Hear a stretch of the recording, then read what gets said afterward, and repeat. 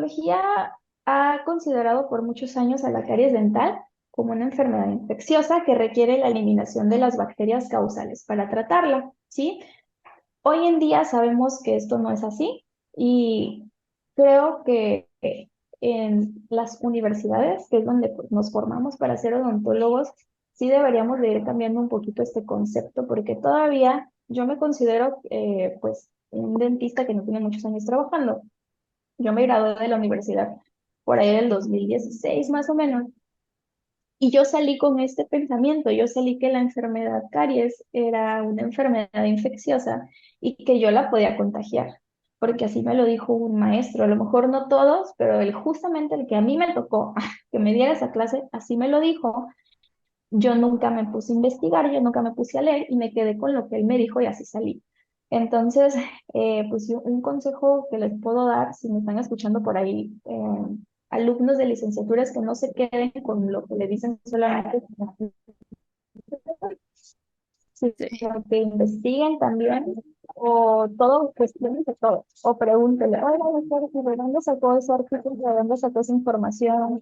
Porque muchas veces han trabajado mucho que la que en libros, pero ahorita los libros ya no se usan tanto, ahorita es más los artículos científicos, porque a lo mejor el libro salió hace 6 meses, pero ayer ya salió un artículo nuevo donde ya me vienen referencias nuevas. Entonces, pues lo ideal siempre es basarse en artículos científicos, pero siempre ver que sean artículos que tengan un sustento, ¿verdad? No, tampoco también hay de artículos a artículos.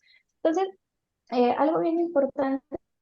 Entonces, justamente este artículo que salió en el año 2019 se hizo un consenso donde ya se llegó a una definición de caries dental, que es la que ya se está utilizando hoy en día. Y bueno, la caries dental es una enfermedad. Hoy en día sabemos que es dinámica, es multifactorial, no es transmisible, está mediada por biopelículas, modulada por la dieta, y todo esto me produce una pérdida mineral de los tejidos duros dentales, ¿sí? Está determinada tanto por factores, pueden ser biológicos, pueden ser conductuales, psicosociales y ambientales, y como consecuencia de todo este proceso, pues se va a desarrollar una lesión de caries. Entonces es bien importante tener en cuenta esto y más que nada aquí donde dice no transmisible, porque todavía tenemos muchos mitos alrededor y yo he visto muchos videos en TikTok, en Instagram, ¿no? Que sale el dentista diciendo que la caries es una enfermedad infecciosa, que con un beso le vas a pasar. Yo estoy de acuerdo que a los niños claramente no hay que, y menos un recién nacido, estarlos besando, ¿verdad? En la cara, mucho menos. Pero no es porque le vaya a pasar la caries, o sea, le puedo pasar más bacterias y se puede enfermar de cualquier otra cosa, pero no le voy a pasar la caries a ese paciente. Eso es como que lo que me causa conflicto cada vez que escucho a dentistas decir que la caries se contagia, me quiere dar un infarto porque pues no es así, Sí, creo que no es así y a veces en vez de informar, pues sí, sí. creo que los doctores o los maestros o los dentistas se dejan de actualizar. A mí también, yo salí en el 2010 y también mis maestros decían, con un beso se transmite la caries, que la saliva, que esto, o sea, uno sale con la idea y empiezas a oír otras cosas y dices, ¿cómo? O sea, no era lo que me enseñaron y como que sí, no hay que quedarte con lo que ¿Quién aprendes. tendrá la razón? Ajá, Sí, cuando definitivamente quedarte hay que con... estudiar, hay que leer, hay que cuestionarnos siempre todo, ¿verdad? Y bueno, siempre es bueno estar actualizándonos, yendo a congresos y demás. Entonces, bueno, vaya, aquí tenemos otro artículo que igual es del año 2019, que nos viene manejando básicamente la misma definición y que resulta de la desmineralización y remineralización de los tejidos duros dentales. Ajá, y es la misma definición. Entonces, con todo esto, aunque todos estos artículos básicamente vienen la misma información, pues sí quiero enseñarles que hay mucha evidencia científica y hay varios artículos que mencionan lo mismo. Ajá. Aquí, por ejemplo, tenemos esta que fue de la AAPD, que es la Academia Americana de Odontología Pediátrica, su última revisión que fue en el año 2021, es muy reciente, que también nos menciona justamente, aquí nos habla sobre la caries de la de la infancia temprana, ¿no? De cómo la podemos definir, pues básicamente nos habla de la misma definición y las estrategias que podemos tomar respecto a caries dental. Ajá. Igual a que otro artículo, también nos viene manejando lo mismo que el anterior. Y bueno, la Organización Mundial de la Salud nos dice que la caries, las enfermedades periodontales, el cáncer bucal y las infecciones fúngicas y víricas por VIH son las más comunes dentro de la cavidad bucal. Esto es sumamente importante porque la caries dental desde hace muchos años es un problema de salud pública, ¿sí? Aunque parezca que no, pero sí lo es, ¿sí? Porque es una enfermedad que la mayoría de las personas lo hemos tenido en más grandes o en la adultez, pero me atrevo a decir no el 100%, pero sí la gran mayoría hemos llegado a tener una lesión de caries en nuestra boca. Entonces, es bien importante tener en cuenta que esto ya es una cuestión también de salud pública. Y al ser un problema de salud, tapando los dientes y haciendo restauraciones bonitas, es atacando el problema desde la raíz. En esta parte, pues sí, es dar muchas pláticas acerca de prevención y actualización a las nuevas generaciones, ¿verdad? Entonces, eh, es bien importante también saber qué es lo normal para nosotros poder reconocer qué está mal dentro de la boca. Entonces, ¿qué es lo normal? Que dentro de la boca haya un equilibrio, ¿sí? Un equilibrio entre todas mis bacterias que viven dentro de mi cavidad bucal. Restaurar un órgano dentario no es curar la enfermedad. Entonces, una boca sana se debe de ver así, donde hay un equilibrio, hay una simbiosis dentro de mi cavidad bucal, todas mis bacterias están conviviendo y se encuentran en un equilibrio, ¿sí? Pues ahora que ya sé esto, ¿qué pasa? La cavidad bucal, pues sabemos que está compuesta de muchas superficies diferentes y cada una de ellas está recubierta por un conjunto de microorganismos que todo esto junto se va a conformar un biofilm. Entonces, la pérdida, el desequilibrio o el sobrecrecimiento de este biofilm es la causante de múltiples patologías bucales, como es la caries dental o la enfermedad periodontal. Entonces, nuestro estilo de vida a veces muy acelerado nos va a desfavorecer los desequilibrios en estos microorganismos que conforman nuestros biofilm y entonces todo el tiempo vamos a estar en un constante cambio de pH. Hoy en día se sabe que la caries, pues su principal factor es un consumo excesivo en azúcares añadidos. Entonces, si mientras más alto sea mi consumo de azúcares añadidos, pues voy a tener más caídas de pH. ¿No? Cada rato, cada vez que yo consumo algo con azúcar, mi pH va a caer, se va a volver ácido y entonces, con el paso del tiempo, ¿qué va a pasar en mi boca? Voy a tener una disbiosis, que la disbiosis básicamente es lo contrario de simbiosis. Si en la simbiosis yo dije que mis bacterias se encuentran eh, en armonía, en la disbiosis pues va a ser todo lo contrario, ¿no? Va a haber un desequilibrio, ¿sí? Dentro de mi cavidad bucal, que serían las bacterias que se encuentran dentro de mi boca. Y por lo tanto, si hay una disbiosis, pues va a haber enfermedad. Yo me voy a empezar a enfermar, voy a tener caries o enfermedad periodontal, que regularmente estas dos enfermedades van mucho de la mano. También es bien importante saber esta parte de la remineralización y la desmineralización. Ajá. Pues tener los conocimientos básicos de qué es lo que pasa dentro de mi boca y cómo sucede. Digo, nosotros no somos químicos, ¿verdad? Pero pues sí es importante, pues más o menos de ahí tener una idea de qué es lo que pasa en este intercambio de iones cuando hay una desmineralización o hay una remineralización. Entonces, cuando hoy se sabe por la literatura y las investigaciones que cuando el pH cae a menos de 5, pues comienza a haber una desmineralización. Ujú. Pero como yo en mi boca tengo a mi saliva es la que me va a ayudar a remineralizar, ¿sí? Cada vez que yo estoy desmineralizando, básicamente. Pues así es, ¿verdad? Entonces, la remineralización, eh, o también se le conoce como una redeposición de estos minerales. El esmalte, pues sabemos que se ve afectado por esos microorganismos y por esos carbohidratos fermentables que nosotros consumimos en nuestra dieta. Entonces, en condiciones normales, nuestra saliva debe de estar en un pH entre 6.2 y 6.8, debe de ser un pH neutral. Y si esto va disminuyendo por acción de este biofilm ácido que yo tengo adherido a mis dientes, pues van a salir hacia el medio externo minerales, ajá, los de la hidroxiapatita y se van hacia el medio externo y yo empiezo a tener una pérdida de minerales como el fosfato, calcio, entre otros minerales que yo tengo dentro de mi boca. Y esto se puede volver a recuperar gracias a nuestra saliva, ya que esta también contiene minerales, pero va a depender mucho del pH en que mi saliva se encuentre. Si yo todo el tiempo tengo un pH ácido dentro de mi boca, pues entonces mi saliva no va a estar bien y no me va a ayudar a regresarle estos minerales a mi estructura dental. Entonces, pues mi saliva no va a poder ayudarme de mucho. Y la desmineralización también se le conoce como una disolución subsaturada.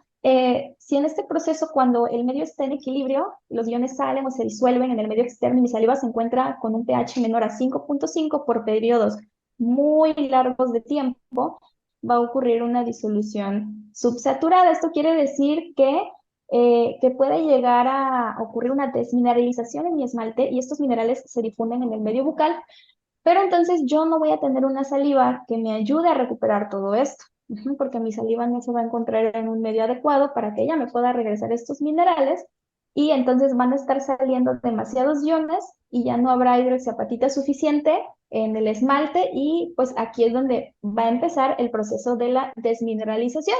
Por eso es bien importante, esto es sumamente importante, es la base de todo, porque si yo le digo al paciente, es que no coma dulces, no coma azúcar, no tome refresco, ¿m? Pero ¿por qué? Yo le debo de explicar, a lo mejor yo no lo voy a explicar así como muy científico al paciente, ¿por qué no? Pero sí con palabras que pueda entender, sí le voy a explicar el por qué no debe de consumir estos alimentos y una duda muy frecuente es ¿qué es más dañino, la frecuencia con la que lo consumo o la cantidad? Pues hoy en día se sabe que es la frecuencia. Si yo todo el día estoy un traguito de refresco, una mordidita del chocolate, una galletita, luego otra galletita a las 2 horas, pues mi pH siempre va a estar cayendo. Ajá, muchas veces la caída, caída, caída, caída, caída. Entonces no va a haber saliva que me ayude, ni la pasta, ni el flúor, ni nada me va a ayudar a remineralizar mis dientes. Entonces yo necesito tener una buena dieta. Y creo que la dieta es la base de básicamente de todo. Ajá. Si nosotros llevamos una dieta desequilibrada, pues una mala dieta nos lleva no nada más a caries, sino a muchas, muchas enfermedades. Y ya está totalmente comprobado. Entonces la dieta es súper importante concientizar al paciente, tener esta charla motivacional con el paciente. En el caso de los pediatras, pues con los papás, porque ellos son los que llevan el control de la dieta de los niños. Y el También es cepillado, súper ¿no? importante, También es muy importante. claro, el cepillado también es súper, súper importante, pero yo me iría más, digo, todo es importante, pero la dieta es fundamental porque aunque el papá y le cepille los dientes al niño 3, 4, 5, 7 veces al día, pero si el niño a cada rato me está consumiendo azúcares añadidos, pues entonces siempre voy a tener ese factor de riesgo y lo más seguro es que ese niño se vaya a enfermar y vaya a tener caries, ¿sí? Entonces, sí, es bien importante la dieta y digo, nosotros no somos nutriólogos, pero sí tenemos que al menos tener los conceptos básicos de todo esto de la medicina funcional y sobre la dieta, ¿no? De qué es lo que está pasando aquí si una persona tiene un consumo excesivo en azúcares añadidos. También como profesionales de la salud es bien importante saber los signos de la enfermedad porque muchas veces podemos llegar a confundir estas manchitas blancas con otras cosas. Me ha pasado que me llegan pacientes y preocupadas las mamás y me dicen, doctora, es que mi niño tiene, tiene manchitas blancas o manchitas cafés, pero ya lo llevé con otro dentista y me dijo que era descalcificación o que es falta de hierro o algo, ¿no? Pero todo es todo menos caries. ¿sí? Entonces es bien importante que todos deberíamos de estar estandarizados y actualizados para detectar en etapas tempranas esta enfermedad que es la caries. Entonces, pues básicamente sabemos que ya la caries no es una enfermedad contagiosa, nunca lo ha sido, pero antes se pensaba que sí. Entonces, es un resultado de la interacción entre microorganismos acidogénicos que provienen de este biofilm o de esta biopelícula que dejamos adherida durante mucho tiempo en la superficie dental y los carbohidratos fermentables. Por eso esa es la importancia del cepillado dental. Con el cepillado dental, yo lo que quiero hacer es, como hoy ya se le conoce, es una desorganización del biofilm. Ajá. Yo lo que quiero es desorganizar ese biofilm que está pegado, adherido a la superficie dental, para que no me vaya a causar daños, porque mientras más tiempo esté adherido a la superficie dental, pues más pérdida de minerales va a sufrir ese diente. Entonces, las bacterias comienzan a crecer, comienzan a proliferar, se alimentan de estos restos de azúcares de los cuales nosotros nos alimentamos en nuestra dieta y estas bacterias degradan los azúcares. Entonces, los ácidos atacan el esmalte y se produce el primer signo visible de la enfermedad, que es la mancha blanca. Y es bien importante saber detectar las manchas blancas por lesiones de caries, porque a veces me ha tocado también que de repente el paciente me llega así y me dicen que otra persona les dijo que era un defecto del esmalte y que su diente ya había nacido frágil. Entonces sí es bien importante también identificar qué es caries, qué es a lo mejor defectos del esmalte, ¿no? Tener bien en claro estas diferencias. Ujú. Entonces, para que una lesión de caries aparezca, debe de haber una superficie dental, ¿sí? La caries solamente es en los dientes. Si no hay dientes, pues no hay caries. Entonces, debe de haber una habilidad de las bacterias para adherirse a la superficie dental.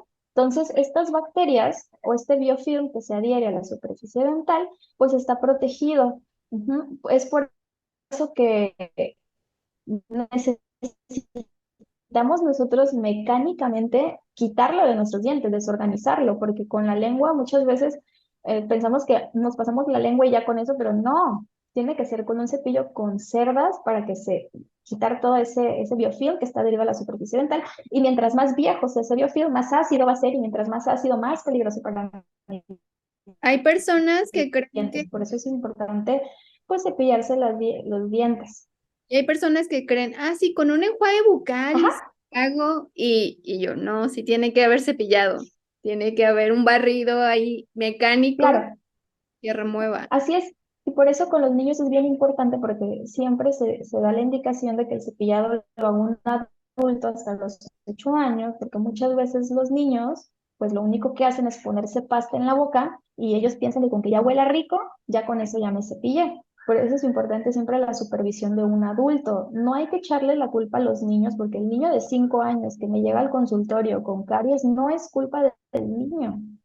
¿No? Es culpa de los papás o de su cuidador, la persona que está a cargo de ese niño, que le está dando a su dieta azúcares añadidos y no le está cepillando los dientes, porque muchas veces vienen y me dicen, regáñalo, doctora, es culpa del niño, es que ya ha visto por comer tantos dulces, pero el niño no trabaja, el niño no gana. Sí, o sea, es 100%, pues a lo mejor no culpa, ¿verdad? No me gusta tampoco echar culpas y decir es tu culpa, pero sí es responsabilidad del adulto, ¿sí? El niño no es el que va a la tienda, el niño no trabaja, el niño no gana dinero para ir a la tienda a comprarse sus dulces. Es responsabilidad. Siempre he dicho, si uno quiere hijos, pues hay que hacerse cargo de ellos. Sí, Ajá. Hay que totalmente. cuidarlos, hay que darles una buena calidad de vida. Y yo no hablo en cosas materiales, hablo sino de la salud.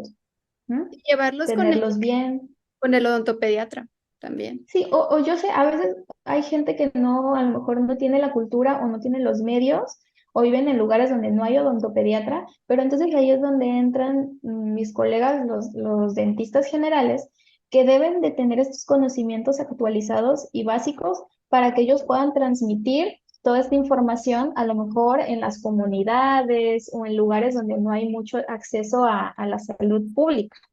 Entonces, es como un trabajo entre todos, la verdad es que es un trabajo que se debe de hacer entre todos.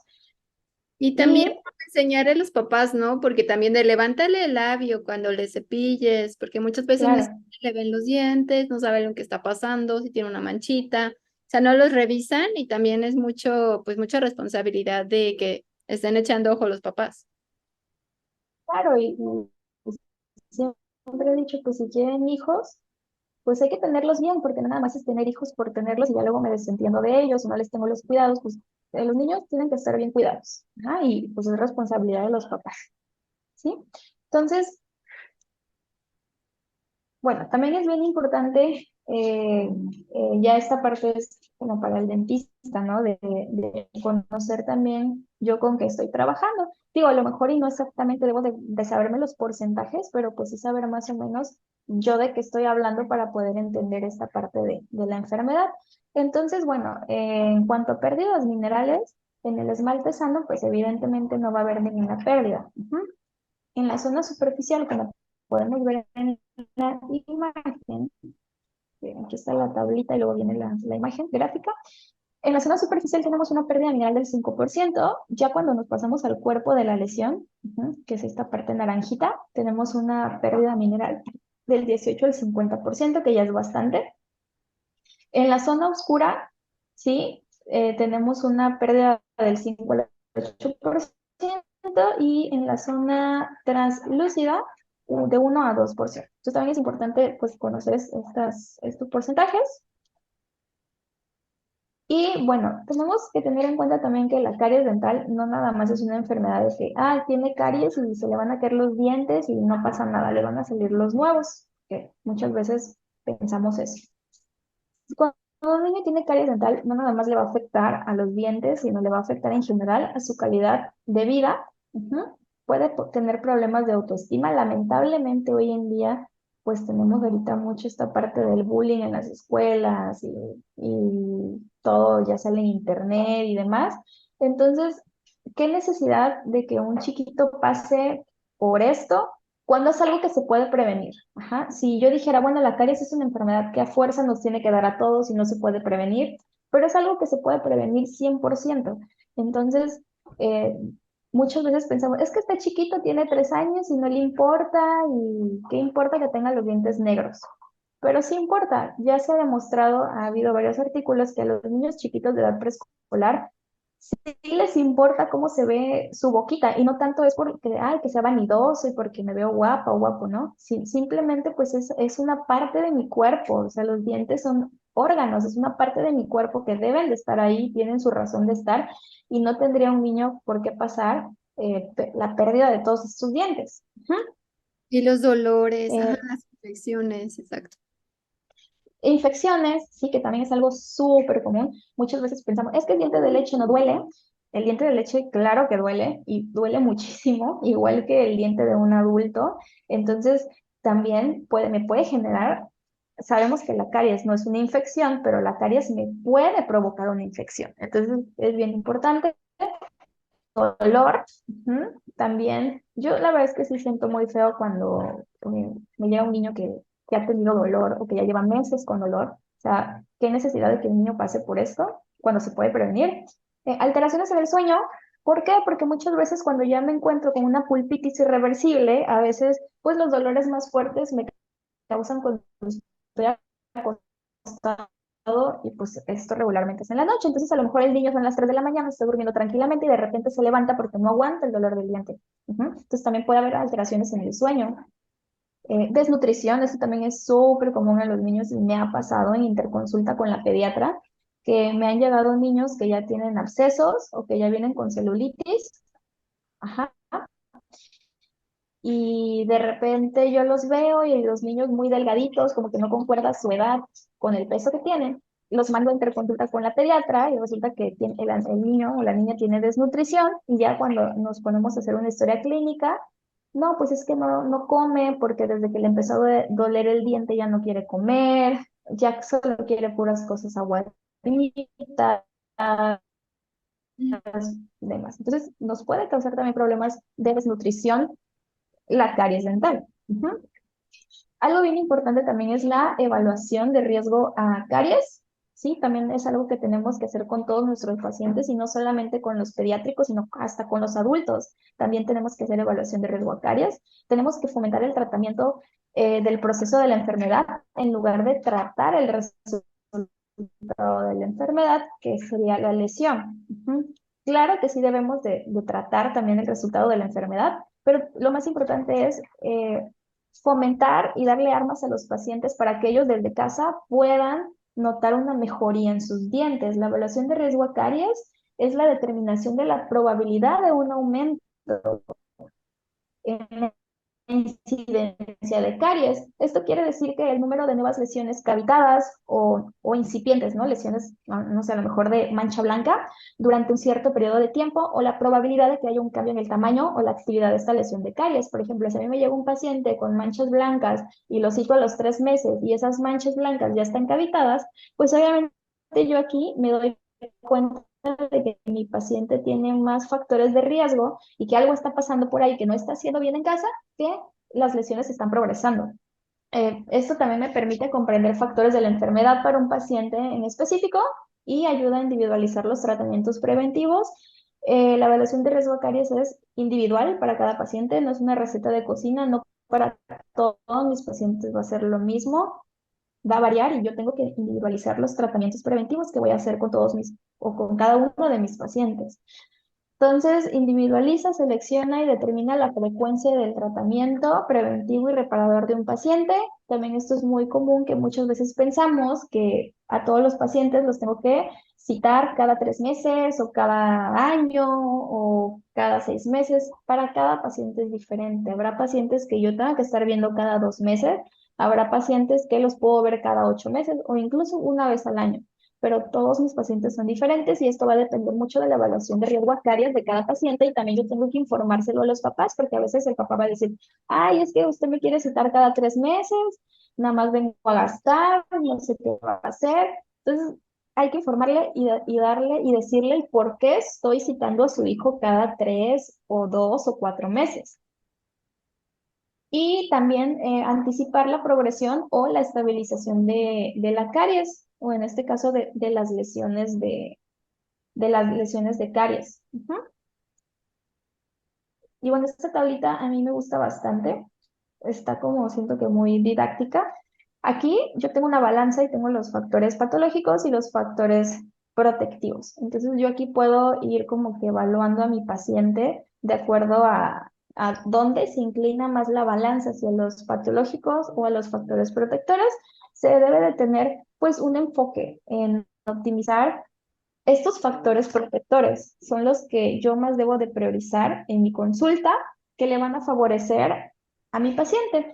Entonces yo siempre debo de promover la remineralización y cambiar el equilibrio dinámico del proceso de la caries con un enfoque en la salud, no nada más viendo de que el diente, sino en general la salud de mi paciente. Entonces, en factores patológicos, por ejemplo, tengo la frecuencia con la que yo consumo azúcares, un inadecuado uso del fluoruro, una pobre higiene bucal o una disminución de la saliva.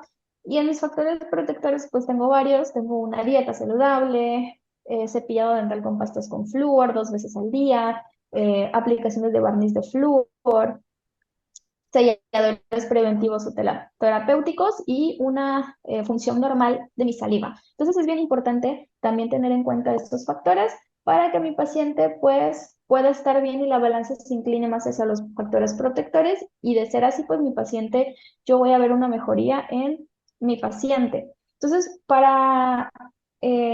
pues detectar justamente esto y hacer un poquito más dinámica la consulta. Y esto está en Play, que este material pues en los últimos años ha tenido mucho auge porque la verdad es que ayuda bastante a que el paciente o los papás del paciente vean en realidad cómo está la boca, porque muchas veces el biofilm hacia simple vista no se nota tanto muchas veces. Ajá, o la famosa masita, así como le dicen los papás, no se nota tanto. Entonces, con este material, pues sí podemos hacer un poquito más visible el biofilm para que ahora sí el papá, el paciente, se dé cuenta de qué tan sucia trae la boca. Entonces, es una herramienta muy padre que tenemos hoy en día.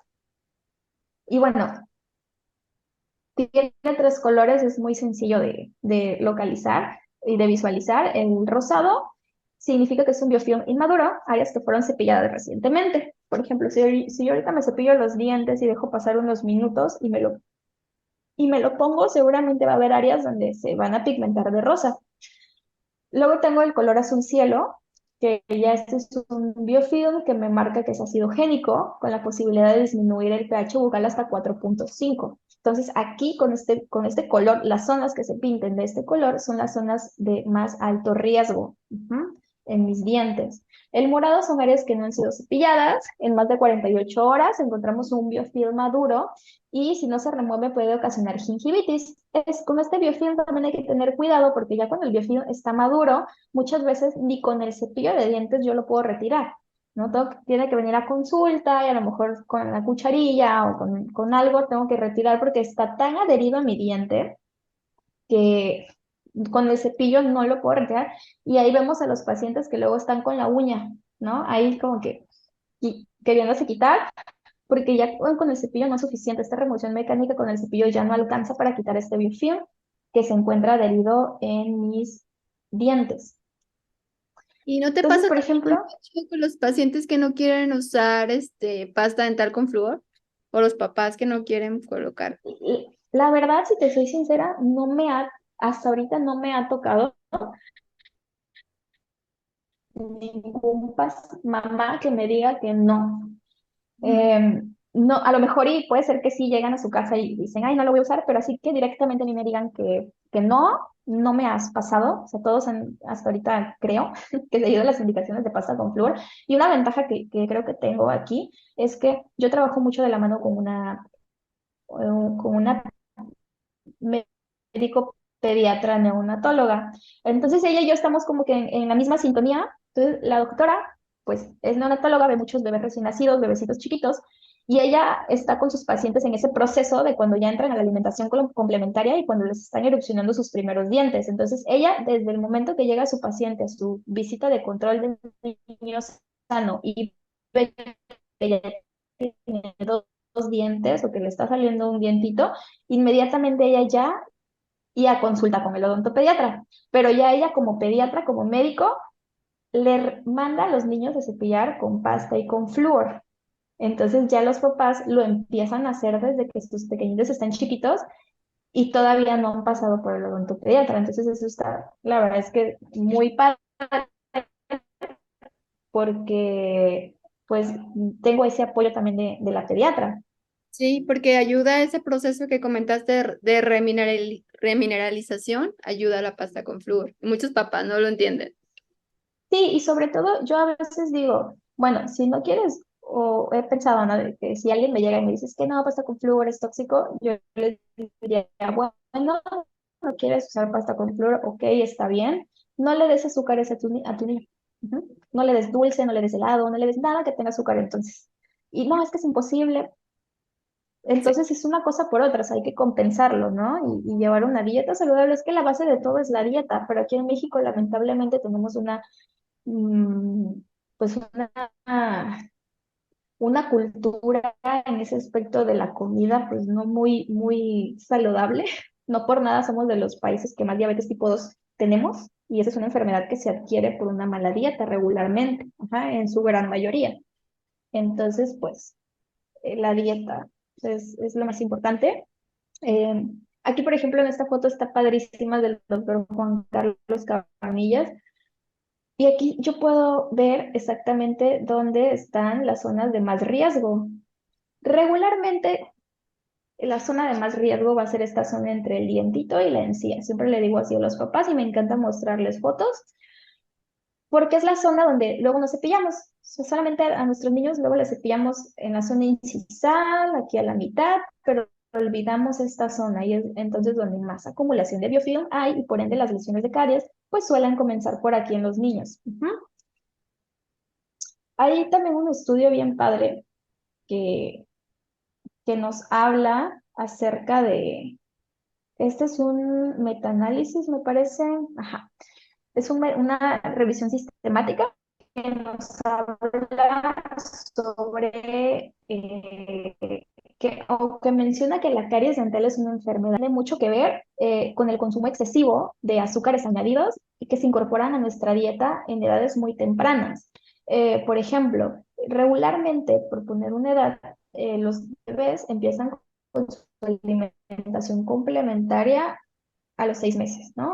Puede ser antes o después, pero En promedio son a los 6 meses. Entonces, a veces, ya cuando empieza el niño con la alimentación complementaria, tiene 6 meses y ya le estoy añadiendo azúcares o ya le estoy metiendo azúcares añadidos a la dieta. ¿Cuántas veces creo que todos hemos visto un bebé en la calle que su mamá le está dando un traguito de refresco, o un dulce, o un chocolate? Entonces, justamente esto es lo que debemos de evitar, ¿no? Seguir hoy en día todos los pediatras, en su gran mayoría de los pediatras, te van a recomendar no azúcares añadidos antes de los 2 años. Entonces es muy importante tener en cuenta esto. Nos menciona aquí que hay un pico a los 6 años de edad de caries dental. Y esto con tal, ¿sí? A esta edad, más o menos, en promedio, el niño empieza a cambiar de órganos dentarios, empieza el recambio dental, y pues la incidencia baja porque hay menos dientes, y ya se cayó el diente que ya tenía a lo mejor la pulpectomía, ya se cayó el diente de la corona, y entonces ah, hay como una compensación, ¿no? Después tenemos otro pico que es a los 25 años y después otro a los 70. Entonces, es bien importante no normalizar que por ser niño tiene que tener caries y tampoco normalizar que por ser un adulto mayor tiene que estar chimuelo, porque no es así. O sea, los dientes son unos órganos y te deben de durar, si los cuidas bien, toda la vida, ¿sí? No tienes por qué llegar a los 70, a los 80 años con placa total o chimuelo. O sea, perdón, eso es un mito totalmente. Ujú. Y justamente lo que queremos evitar en esta parte de la odontología de mínima intervención es algo que se le llama el espiral de la muerte del elemento dentario o del órgano dentario. ¿Cómo empieza? Digamos que nosotros tenemos un dientito, un paciente de 8 años que tiene ya un primer molar permanente, y entonces en ese dientito tiene a lo mejor pigmentados los surcos, y llega con un dentista que a lo mejor no sabe identificar entre una lesión de caries activa, inactiva, ve pigmentado el surco y entonces agarra su pieza y quita tejido y pone la resina, ¿no? Entonces ya hay una lesión de caries primaria que yo ya le puse una restauración. Seamos honestos, las restauraciones no duran toda la vida, ¿no? Y mientras más temprano yo ponga la restauración, pues obviamente ese diente va a durar menos tiempo, ¿verdad? No es lo mismo que yo ponga una resina en un diente permanente a los 7 años, a que yo ponga una resina en un diente permanente a los 80 años, ¿no? Por poner un ejemplo. Entonces, a lo mejor al señor de 80 años sí le va a durar para siempre esa resina, porque ya no le quedan muchos años, pero al niño de 8 años que se la puse, pues no le va a durar para siempre. Ujú. Regularmente las restauraciones fallan no por el operador, sino por una lesión de caries secundaria, porque es lo mismo. O sea, yo no, la dieta, el biofilm, no le expliqué nada de esto, y entonces empieza a haber una lesión de caries secundaria, llega el paciente, tengo que quitar la resina, la nueva lesión de caries que ya hay, y entonces yo voy haciendo la cavidad más y más y más grande, hasta que en un momento me llega a una endodoncia, el diente tiene pérdida de la vitalidad, y al final el diente, conforme van pasando los años, pues fractura, y después de la fractura viene la extracción. Ujú. Entonces, justamente, mientras más yo evite esta espiral de la muerte en el diente, pues va a ser mejor para mi paciente. Otra cosa bien importante es eh, la parte de cuando ya vamos a usar la pieza de mano en los pacientes, porque estar rotatorios, ¿verdad? O sea, los podemos seguir utilizando, pero si los vamos a utilizar, tenemos que tener en cuenta que al momento de que nosotros llegamos a eliminar, pues, tejido del diente de manera indiscriminada con la pieza de mano o con una fresa, pues podemos llegar a generar también microfracturas, exceso de calor, pues estos aerosoles, ¿no? Que justo mencionábamos esta parte de, antes de que se fuera el internet, esta parte de la pieza, ¿no? Que si decidimos utilizarla, que es válido, o sea, con esto de la odontología de mínima intervención, no me refiero a que la pieza no hay que utilizarla nunca. Sin embargo, si la vamos a utilizar, pues hay que cumplir con ciertos criterios, ¿no? De usar una buena pieza. Yo creo que siempre he pensado que si en algo vamos a invertir bien o vamos a hacer el gasto de hacer esta inversión, es en una buena pieza de mano.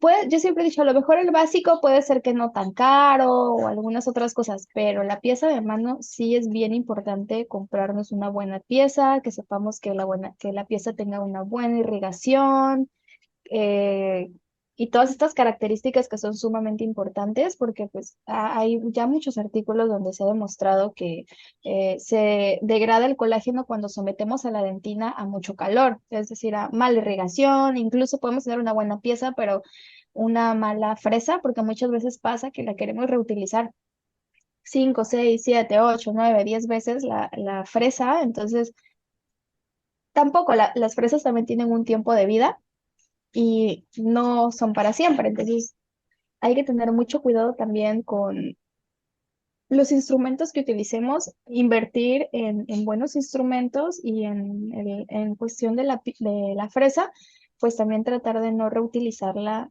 tantas veces. Y en mínima intervención entraría también remover caries con cucharilla, ¿verdad?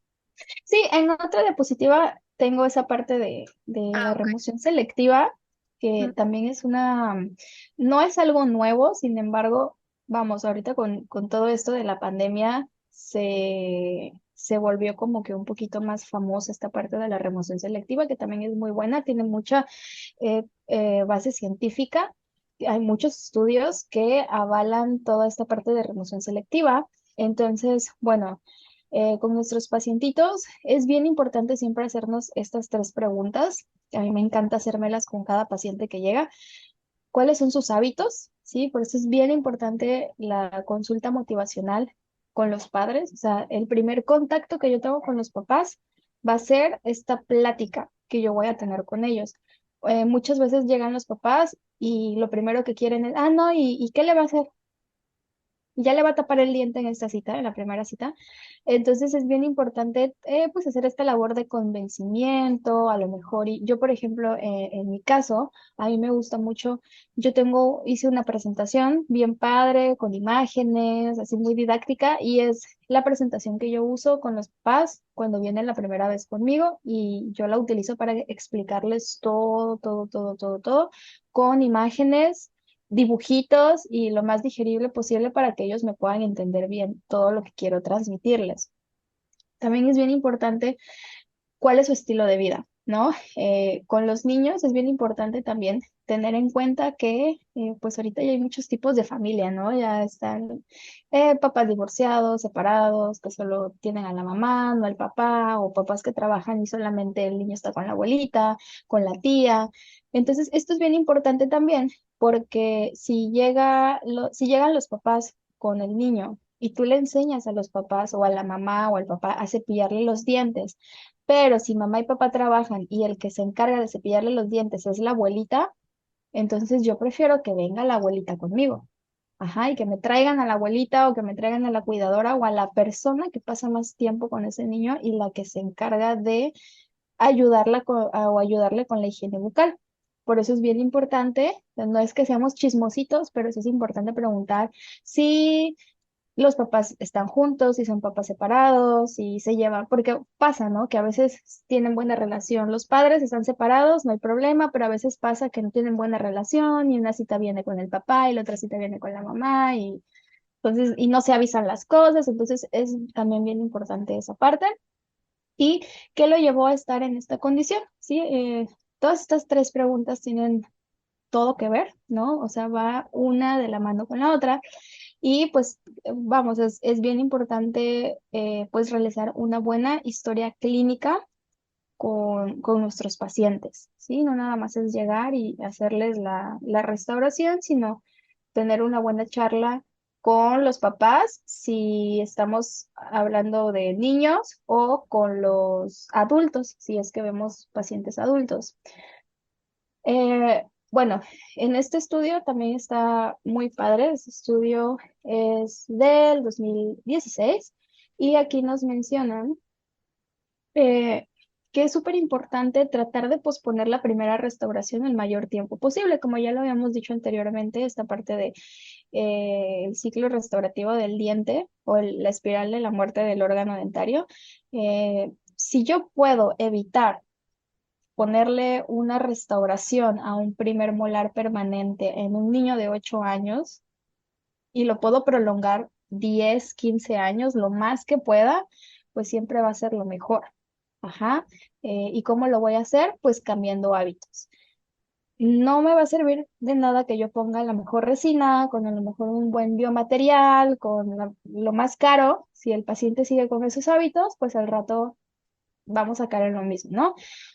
Utilizar métodos menos agresivos para mantener la vitalidad de la pulpa, lo mismo, o sea, sí, por eso aquí es bien importante también hacer un buen diagnóstico, ¿sí? No todos los pacientes que traen dolor son pacientes para algún tratamiento pulpar, ¿sí?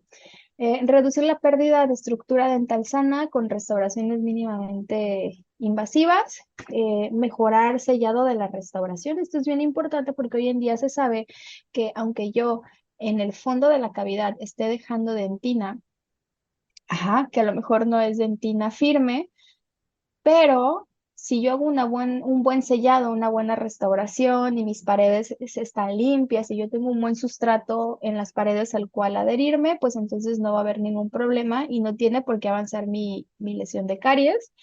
Y utilizar un enfoque más conservador hacia el reemplazo y el mantenimiento de la restauración, posponiendo o renovando en lugar de reemplazar siempre por completo, que por ejemplo, si me llega un paciente que hace unos años le puse una resina y a lo mejor la resina se fracturó o le puse un número de vidrio, tratar de componerlo y no quitarle todo para volverle a poner otra vez la resina, a menos que si esté muy mal puesta, ¿no? Pero digamos que yo mismo se la puse, pero con el tiempo se desgastó o ya está un poco filtrada, tratar nada más de repararla y no quitar todo para no hacer la lesión o no hacer la cavidad más grande.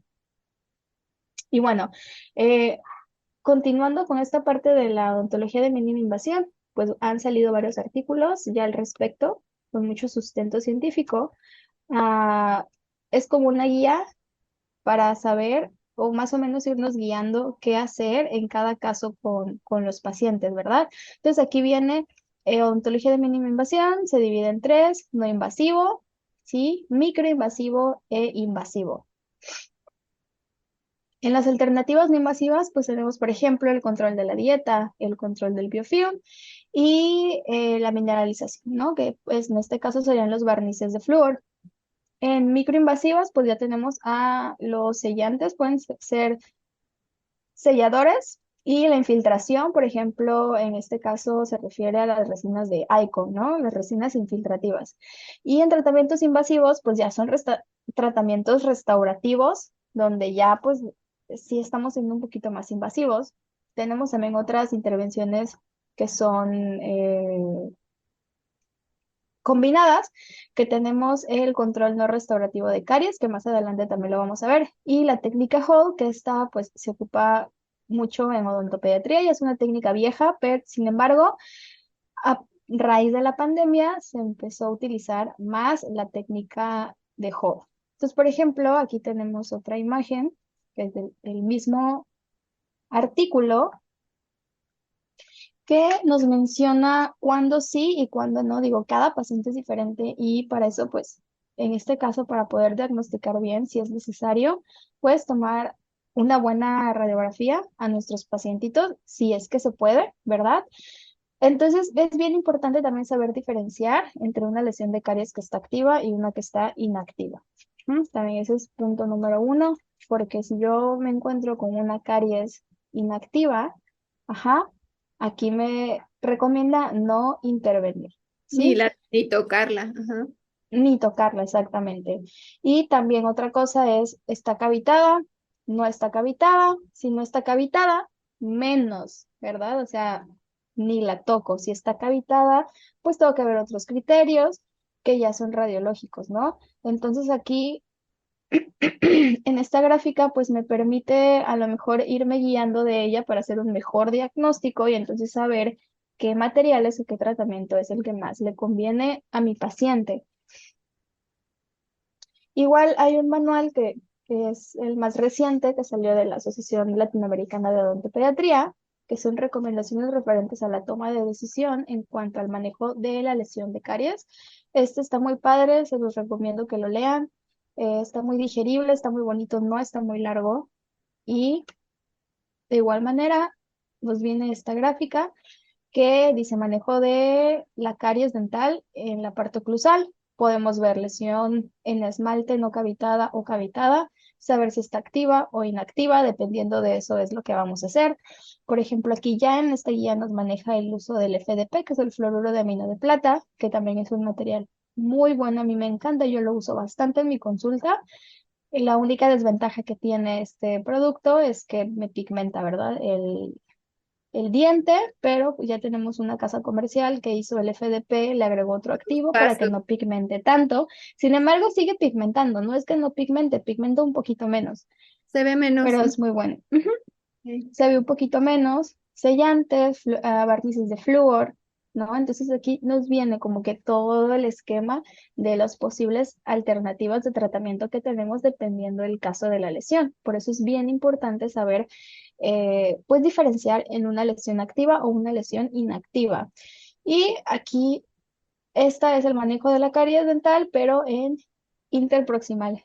Estas lesiones interproximales, eh, para mí siento que son las más peligrosas porque avanzan muy rápido y los niños, o sea, los adultos no tienen esa cultura de pasarle hilo dental a los niños. Entonces, me puede llegar un niño que a lo mejor aparentemente no tiene ninguna lesión de caries en oclusal y cuando empiezo a pasar el hilo dental, a veces ahí me encuentro con pues ya una pérdida de la estructura en la parte interproximal y si no la trato, pues sí me suele avanzar demasiado rápido. Ujú.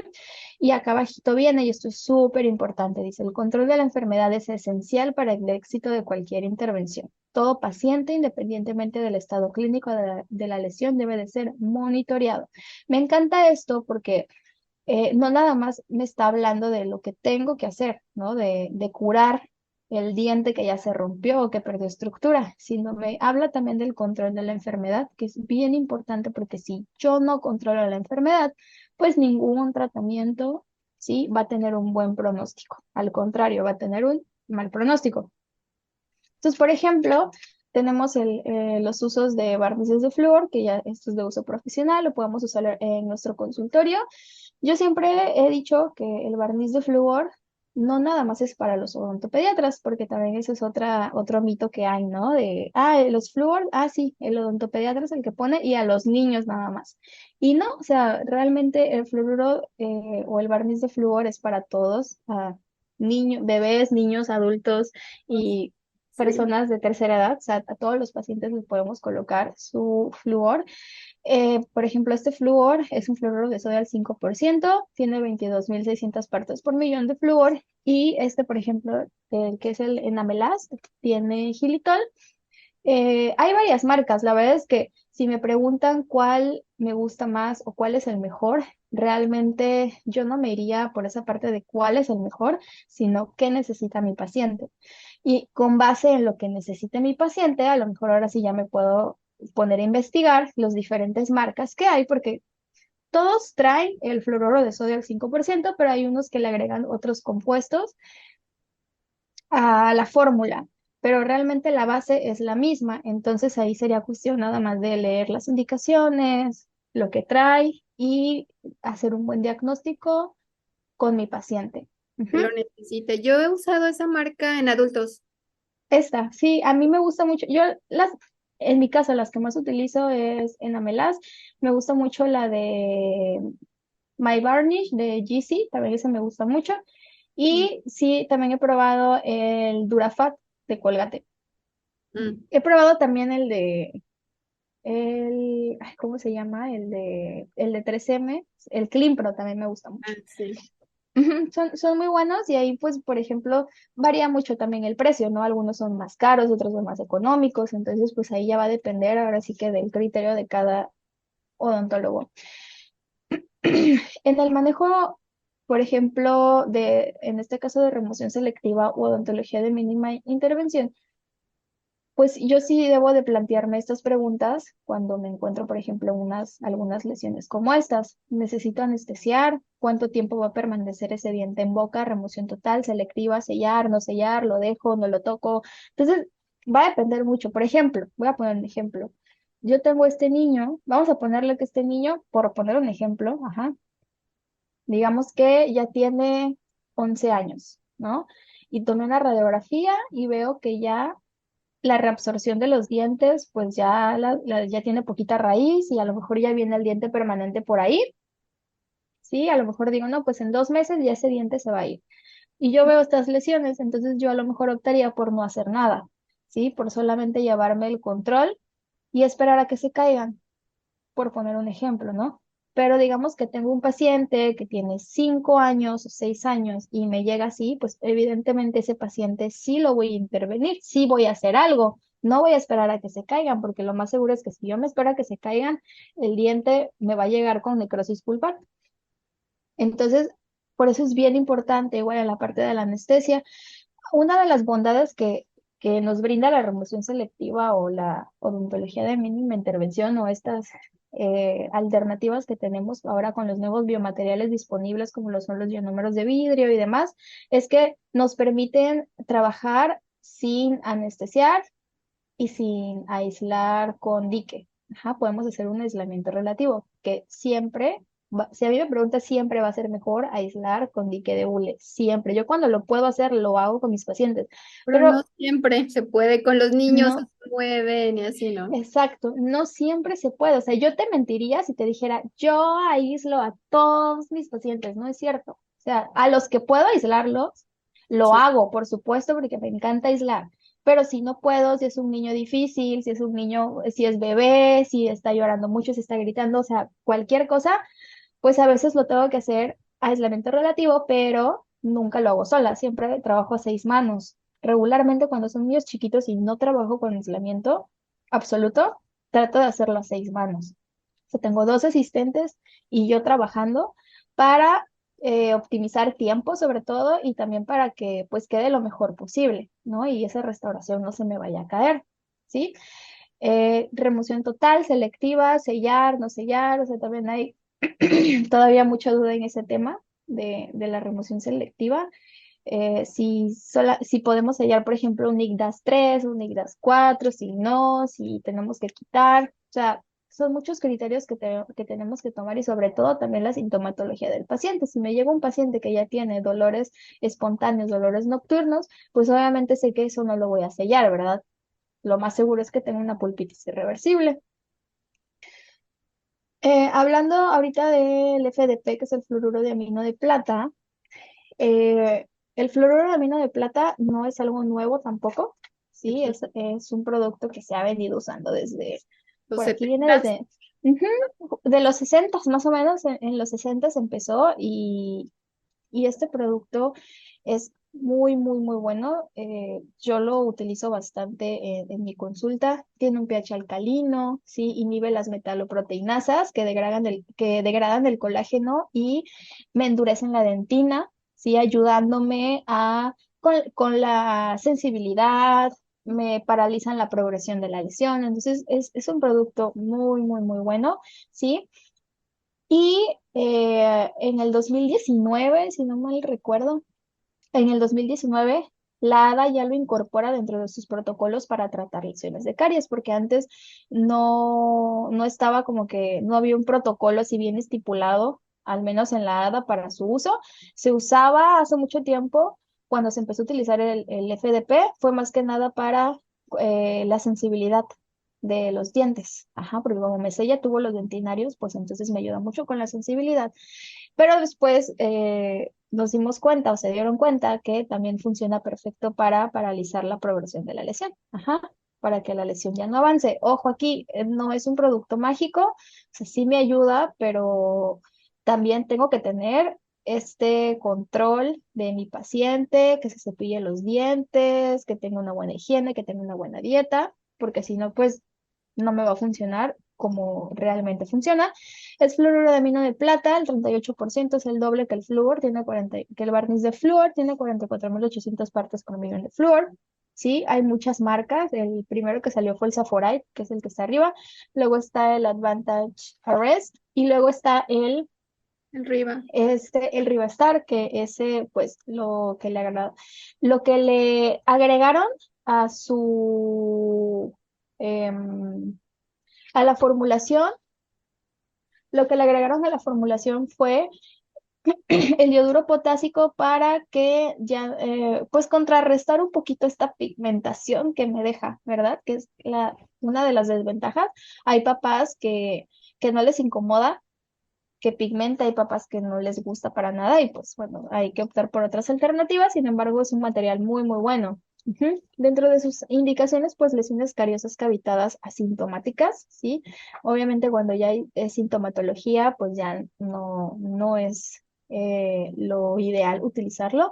Lesiones que se pueda tener un control en la higiene, como es en las caras lisas, por ejemplo, caras vestibulares de los dientes anteriores, lesiones no restaurables, muchas lesiones cariosas que no puedan ser tratadas en una sola cita, lesiones cervicales no cariosas, condiciones médicas o de comportamiento, o sea, tiene muchas indicaciones y es un muy buen producto. También El para protocolo, adultos, también ¿mande? también para adultos. Sí, también en adultos es buenísimo, o sea, eh, la verdad es que no tiene un límite de edad el uso del FDP y realmente su aplicación es sumamente sencilla. Sí, hay que hacer una previa limpieza de la superficie dental donde se va a aplicar y se recomienda en el protocolo colocar vaselina porque si el producto llega a tocar tejidos blandos, la mucosa puede quemar un poquito, o sea, no es nada grave, pero sí puede quemar ahí un poquito y pigmentar la mucosa, que con los días se va despigmentando, no pasa nada, pero pues si lo podemos evitar, mejor, ¿verdad? El FDP se coloca con un microbrush durante el tiempo que marque cada casa comercial, por eso es importante leer pues los instructivos de cada producto que compremos, porque todos varían en los tiempos un poquito. Ujú. Y bueno, aquí lo mismo. Y este caso es del doctor Heraldo. Me pasó unas fotitos para la presentación. Por ejemplo, aquí es un pacientito que evidentemente es un paciente pediátrico. Ajá, son dientes temporales. Tenemos lesión de caries interproximal en los órganos dentarios superiores. Y pues aquí el doctor optó por no restaurar. Muchas veces es un poquito, porque aquí me podrán decir, no, pues yo hubiera puesto unas fundas de celuloide, unas coronas bien bonitas y bien estético. Ajá, pero a veces hay pacientes que o no tienen la economía para pagar dos coronas, ¿m? O a lo mejor el niño se porta mal, o a lo mejor los papás, no, doctor, quiero algo más sencillo, que mi hijo no quiero que llore, que sea rápido. O el niño no me coopera, porque también para poner una resina yo necesito controlar muy bien la humedad, porque si no, pues mi adhesión no va a ser la ideal. Entonces, aquí se optó por hacer el control, aquí sería el control no restaurador, porque realmente no estamos quitando estructura, ¿sí?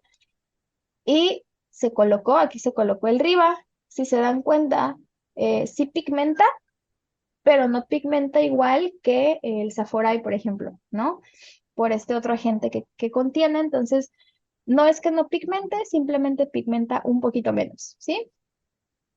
Y pasó el tiempo, pasaron los años y el niño, la lesión se controló, la lesión ya no progresó y el niño pues ya está en su recambio dental sin ningún problema. Ajá, entonces, pues vemos que es una muy buena alternativa. Por ejemplo, aquí, este caso también está muy bonito. Es un paciente que tenía una lesión de caries interproximal. Ujú. Entonces, manejo con un control no restaurador. Sí, no, a lo mejor cuando vemos esto decimos, no, pues yo ahí voy a poner una corona de acero cromo, ¿no? Que sería como que la vieja confiable, ¿no? Ya, una corona de acero cromo porque pues es interproximal, no va a pasar el hilo dental. Eh, justo en este paciente ya venía de una consulta previa que ya se le había colocado aquí restauración, pero creo que ya iban como 2 o 3 veces que la restauración se caía. Ujú. Entonces ya la mamá pues ya no quería que le volvieran a poner otra resina o no sé qué le habían puesto.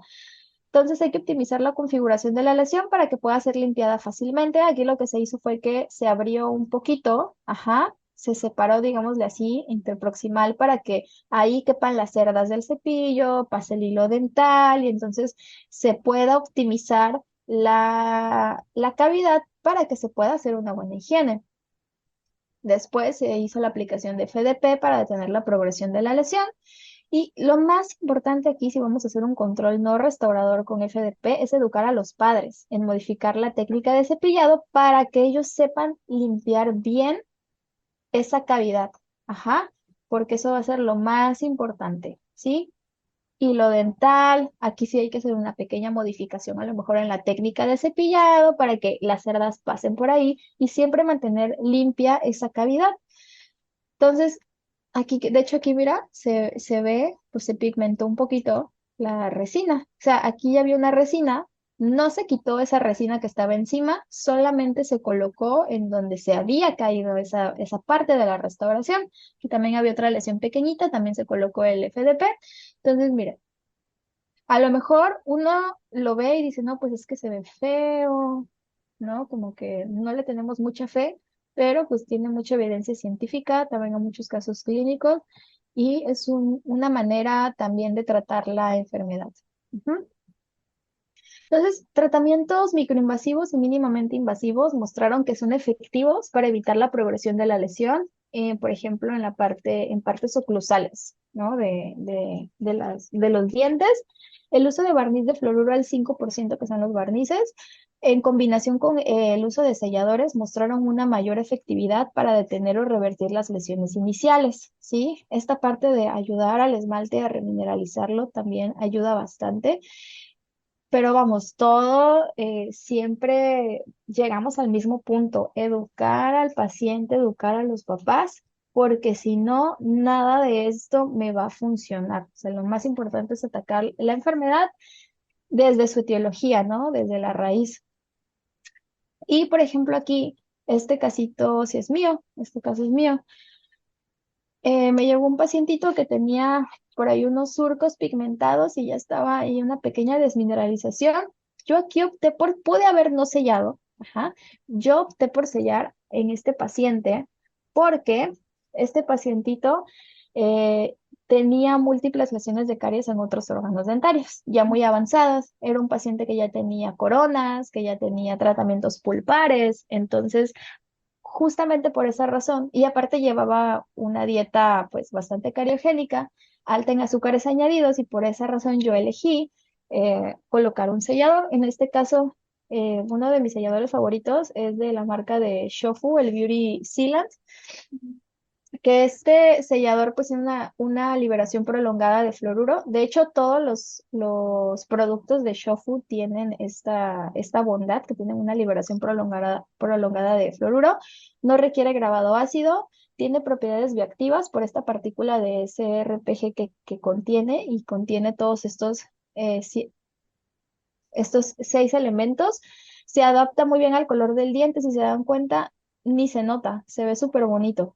Es muy fluido, me encanta que sea muy fluido porque no se generan burbujas. He utilizado otros selladores que a veces les tengo que pasar por ahí el explorador o como que moverlos un poquito porque me generan muchas burbujas. En este caso ya lo he utilizado varias veces el Beauty Sealant y no, hasta ahorita no he tenido ningún paciente que me haya generado burbujas al momento de fotopolimerizar y neutraliza el ácido en contacto. Entonces, es una buena alternativa, es un sellador que es relativamente nuevo aquí en México, pero me gusta mucho. Y, por ejemplo, aquí tengo otro caso, igual con el mismo sellador, también lo mismo, aquí tengo una pequeña pigmentación, hay desmineralización, la lesión de caries yo la veo activa y entonces decido sellar, no toqué el diente, simplemente, bueno, sí lo toqué, hice una limpieza previa, pero no metí fresa o pieza de mano ni nada. ¿Te Simplemente limpiaste con opté un por cepillito? Un con cepillo. cepillo de profilaxis, así es, con cepillito de profilaxis sin pasta, solamente el puro cepillito de profilaxis y puse mi sellador. Aquí, por ejemplo, usé el de Clean Pro, que es el sellador de facetas y fisuras. Este me gusta, pero no me encanta porque en mis manos, o sea, yo cuando lo utilizo, sí me tiende a generar muchas burbujas. Entonces yo lo coloco, luego lo fotopolimerizo cuando hay una burbuja y tengo que volver a poner otro poquito. Entonces, a mí sí me ha causado un poquito de conflicto ahí en las burbujitas, que digo, es un buen material, pero a lo mejor también en mis manos no funciona muy bien, no me encanta tanto, pero también en algunos casitos sí lo suelo utilizar. Lo bonito es que tiene un cambio de color, de rosa a blanco. Cuando uno lo pone y sale de la jeringa es rosadito y cuando lo fotopolimerizas ya se vuelve blanco y también queda muy bonito. Ujú. Por ejemplo, aquí también tenemos un casito que se hizo remoción selectiva en este caso. O sea, quiero mostrarle casitos para que vean que sí se puede hacer remoción selectiva. En este caso se optó por colocar un ionómero de vidrio y pues se hace la profilaxis, ¿sí? Se acondiciona el diente para poder colocar el ionómero de vidrio y es un dientito que está parcialmente erupcionado. Muchas veces tenemos niñitos de 5 o 6 años que tienen todos los dientes llenos de lesiones de caries y ya le viene erupcionando ese 6 y a veces ese 6 en cuestión de meses ya empieza con desmineralizaciones. Entonces, lo que podemos hacer, una opción muy buena es colocar sellador a base de ionómero de vidrio, porque como es un diente parcialmente erupcionado, pues lo ideal no es poner ahí a base de algo adhesivo, porque no tengo un buen control de la humedad. Y una de las ventajas que me da el ionómero de vidrio es que lo puedo colocar habiendo un poco de humedad, entonces no hay tanto problema. ¿Cuál usaste? ¿Cuál se usó ahí en ese caso? Este fue el de la marca de GC, me parece. Por el color me llamó la atención. Sí, se me fue el nombre, a ver si ahorita me acuerdo al final, pero no, no es Equia, son los del... Ay, se me fue el nombre. El color es como mamey Sí, marrón. Ajá, sí. ajá, es de color justamente para poder identificarlo. Entonces, por ejemplo, en dientes también que vienen erupcionados con defectos del esmalte y que apenas están erupcionando y que vemos que ya vienen con un defecto del esmalte, también es una buena opción sellarlos con ionómero de vidrio. Por ejemplo, aquí sí, este es el Equia. Este a mí me gusta mucho. Lo ocupo bastante yo en la consulta. El Equia Forte Fill, que es de la marca de GC y viene encapsulado. A mí me gustan más los ionómeros de vidrio encapsulados porque me ahorran el paso de yo tener que espatularlo. Ujú. Se me hace un poquito más fácil esa parte. Entonces, pues igual aquí se hizo remoción selectiva, no se usó pieza de mano, sí, solamente se limpió la cavidad. Es bien importante cuando hacemos remoción selectiva, en el fondo de la cavidad sí podemos dejar tejido, pero es bien importante que la periferia de la cavidad sí esté limpia, que quede muy limpia y para que ese sustrato pues tenga una buena adhesión, ¿verdad? ¿Lo hiciste con cucharilla filosa? Sí, estas fotos no son mías, son del doctor Juan Carlos Cabanillas, pero sí lo hizo con cucharilla de dentina.